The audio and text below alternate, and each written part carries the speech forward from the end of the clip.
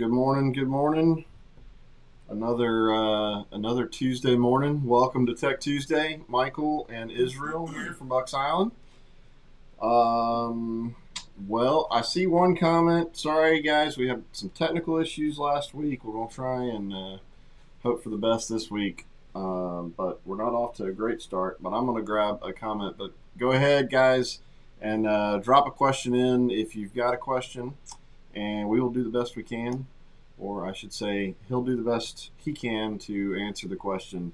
And so, let's see here. It's kind of same old the last week or so down in service. Nothing big, major going on. Just getting some boats out. I know we got some stuff coming in, getting rigged, and had a few pickups this past Saturday. Mm-hmm. It's good to see. Yeah. So, I'm seeing the showroom actually having to move some stuff around to get it to all fit. Yep. Which is a good sign. I think we've got a number of the pro boats from Skeeter sitting in there, so unfortunately those won't be for sale until I guess the end of next year. Right. But all right. But you've had fun this morning working on a forklift, huh? Still wiping the oil off. Yeah. Had a forklift malfunction, so Uh-oh. a little emergency surgery. Well, yeah. Well, let's just hope that nobody shows up with a truckload of boats, Mm-hmm. so we can't get them off. Sure. All right, guys. Let me go see what's going on with this question. I'm going to get us started while I try to fix this. I'm going to go ahead and throw a fun one out there. This where did I pull this question? I think it was actually from the Yamaha group. Yamaha versus Suzuki. What's better? Why'd you pick what would be better, 4.2 liter Yamaha or the Suzuki 3.6? Obviously, not throwing this question out to necessarily be a bashing. I know we deal primarily with the Yamaha, but you've seen a few motors in your time. Yeah. So just curious what your ideas and thoughts on that would be. Well, you know what I'm going to say. I know. Definitely the Yamaha. I just think their technology is a little more advanced than the Suzuki overall. In the past we've thought about picking up Suzuki, but we not a real big demand in the bass boat world. So pontoons, I think, probably fine. Put a Suzuki on there. I know that probably a little bit bulkier, bigger motors, the foot, and all that stuff. Same with Honda. Honda's not huge in the bass boating world either. So, but Mercury, Yamaha's kind of, they put their focus, on both. They've done a really good job catering to the bass boat community, and also, the charter boats, offshore stuff, and pontoon boats. So kind of get the best of both worlds. And we have a lot of SHOs on pontoon boats, so with a regular long shaft engine. Yeah, I was I think one of the most viewed videos that we actually did on our YouTube channel was Suzuki versus Evinrude versus Mercury. A number of years ago when we had Anthony Gagliardi and John Hunter and Brian Latimer here and sat down and did that, and some pretty interesting thoughts. Most interesting thing that I saw is there's a lot of pro Suzuki comments in there, and I think a lot of it came from the commercial guys that were getting out and really running the snot out of them. We'll have the Suzukis creep in every now and again on the used boats. But I think people that get them on offshore boats and pleasure boats, I think they really have anything to complain about. I just know that sometimes, I always ask when I go to the technical classes and stuff. I always question everybody on how Suzuki's doing. Because I've always thought about bringing them here. And I always get the same thing from all of them. They always say it's a great running motor, but something happens, it's really hard to to deal with some of the warranty companies. And it may have changed. I don't know. I just know that's what people have told me.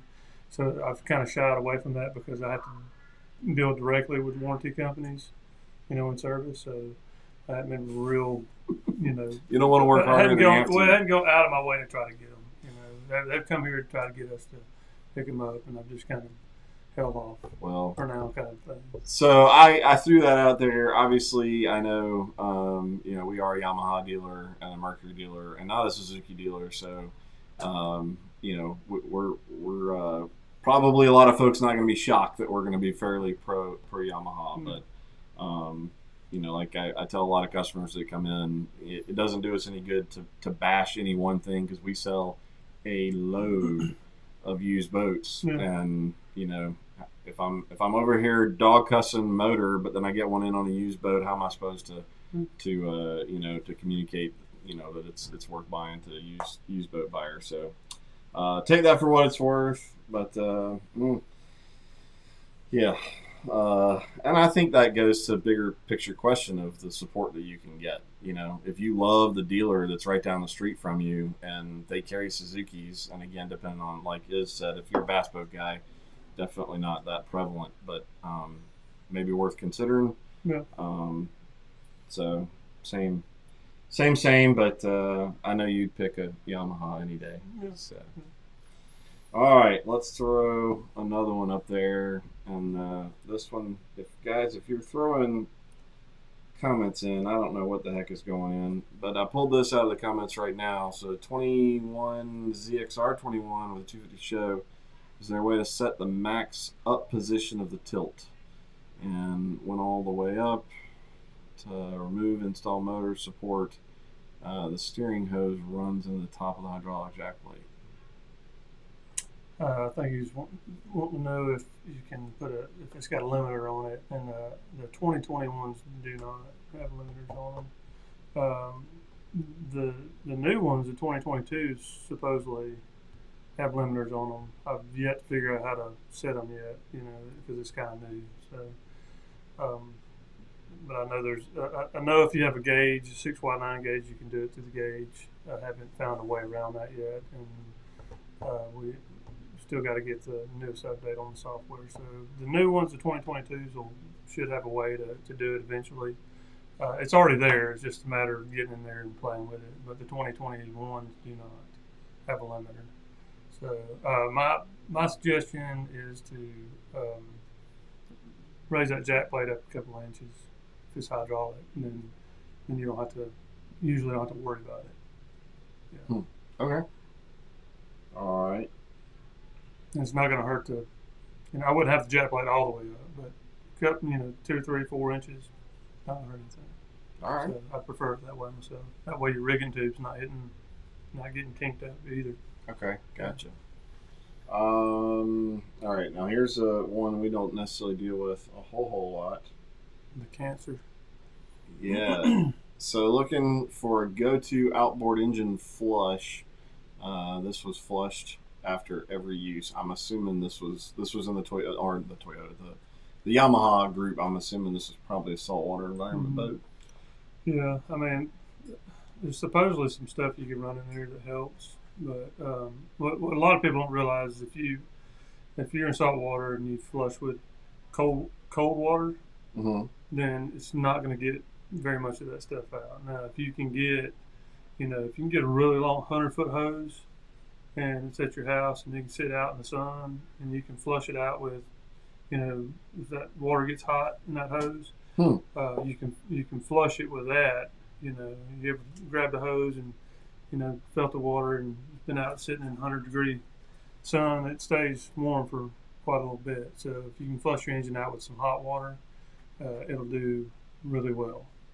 But other than that, there are some things that you can add to it that would help, but overall, I'm not probably the best expert on that since we don't deal with it a lot. But I have heard a few things. The hot water helps, and there's some kind of additive that you can put in there that actually helps break down the salt. All right. Well, that's a pretty gnarly photo there. But I hadn't really thought about that with the cold water. I guess the best thing would be that you could actually get a hot water source. So, all right. Let's swap this out. Rick, What are your views on motor support down to the trailer or to the transom? Um, Assuming he's talking about a motor Motor toter. toter, yeah. I think the modern boat. I think the one on that goes to the trim, the little trim stops, are probably the best way to go these days. Um, what I've seen with the ones that go down to the trailer is, for whatever reason you hit a hard bottom. I've seen them come off and then hit the ground and it turns into a catapult and it can damage the engine. Hmm. But when I say I've seen that before, it's like maybe once or twice ever. So it's not like something that would have easily occurred. So I don't have a problem with it. It's it's kind of one of those your preference type things. So, what are your? I've heard some folks discuss the idea with the one that connects to the trailer, is that you can be basically transferring some of your vibration and the jolts on the trailer back up to your lower unit. I don't think it's enough to matter because I mean if it was a hardtail Harley you were pulling it with, I would say maybe. Okay. All the suspension on that trailer is soft enough and rubber tires. It's not going to transfer a whole lot of energy up there. Probably nothing worse than because I mean the boat is already sitting on the trailer. So if it was going to transfer vibration, it would be doing it through the boat as well. So I don't think that's necessarily a big deal. Okay. We got big questions today. All right. Let's see what this is. Jack, oil coming out of the exhaust prop area of an '09 F250. I've done a compression and leak down test. Everything is showing good. No oil on plugs. Lower unit lube is clear. I'm being told something about a speedy sleeve repair. Does that make sense? Well, yeah, I guess it depends on where it's coming from. The question is it in salt? Is it a saltwater motor? Or has it ever been in salt water? That'd be my first, go-to question. I know some of these engines. It's got a double exhaust plate. They're sandwich, and if it's been in salt water, sometimes they can eat a hole in that, and it can leak oil. It has. Okay, so my first inclination is it may have, that the water jacket that's up against the oil pan may have eaten through, and it's letting a little bit of oil seep out right there. That would be my first guess. Or you've got, I've seen where the exhaust plate, the actual oil pan at the top, gets imperfection in it, and it can also leak out there. And if a little bit leaks out, and it's in that exhaust, and that water heats up, and it'll usually turn milky. But if it's straight oil, then I would think that it's got a pretty significant leak. All right. So, and I guess it could come through that bottom seal, but it's got two seals up there. It's got the main oil seal, and then it's got a seal that holds grease on the splines up into the engine. So, but the biggest thing is you need the lower unit needs to be pulled off and flashlight shine up there and see if you can kind of see the source of it. You can also put an oil in there, or a dye in your oil. Clean it up real good and put a dye in the oil, and then run it and make sure that oil's seeping out at the time. And you can put a UV light in there, and you usually see the source. But it could be with salt water. It could be a lot of different things. But I've seen that a lot with the water jackets. All right. Well, hope that helps. All right, here's one I pulled out of the Falcon Bass Boat group, and the common discussion that we've had about batteries. And you're welcome, Jack. Let's see. You're running a Falcon F205, 3 Helix 10s, 360, power pole, Garmin Panoptics, which is sounds like a lot, but it's becoming far more common these days. I have to start cutting things off at 5 hours, or my boat won't crank. I'm currently using a 105 amp hour Duracell AGM with the high amp hour lithium. Be a good investment. Um, what would you recommend? Well, I would either, I would find a lithium phosphate if you're going to do that. I don't really trust the lithium ion batteries in the boats just because there's so much vibration and they can be a little volatile. The lithium phosphates are a lot less volatile. So I know Impulse sells a lithium phosphate cranking battery now, which is what we use. The only other thing I would recommend is maybe a North Star battery. Who's it? That red battery company, not the Optima, but I can't think of it. They sell it. Okay. It's a pretty common battery company, but North Star seems to be what a lot of the pros that aren't using lithium batteries are going to. So try that. Well, I know Josh Arian had a look with his, and he was having the same problem. And he had a big AGM in there as well. And about 4 or 5 hours, he was dead in the water too. And he said the North Stars really helped him. All right. Next thing's going to be 3 Helix 22s and radar and all sorts of stuff. Well, if you go from a Helix 10 or 12, they go from like 1.4, I think, amps, per hour. Yeah. To a 15, it goes up to, I think, 4 amps. Oof. A piece. It pulls. So you put 15s on there, and it's really knocking it in the dirt. Well. All right.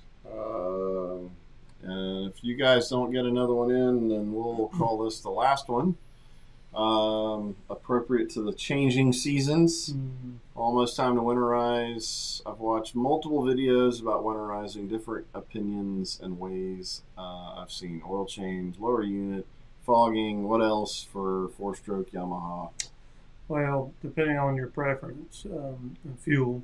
You either need to stabilize the fuel, put an additive in it, which all the motor engine companies are want us to kind of go away from. If there's still some in there, we put it in, but they really want us to get the fuel out because 6 months, if you got a 1 month old fuel in there and you don't use your boat for 4 or 5 months or even 3 months, the fuel's pretty much cashed out. So I would strongly recommend people getting the old fuel out now.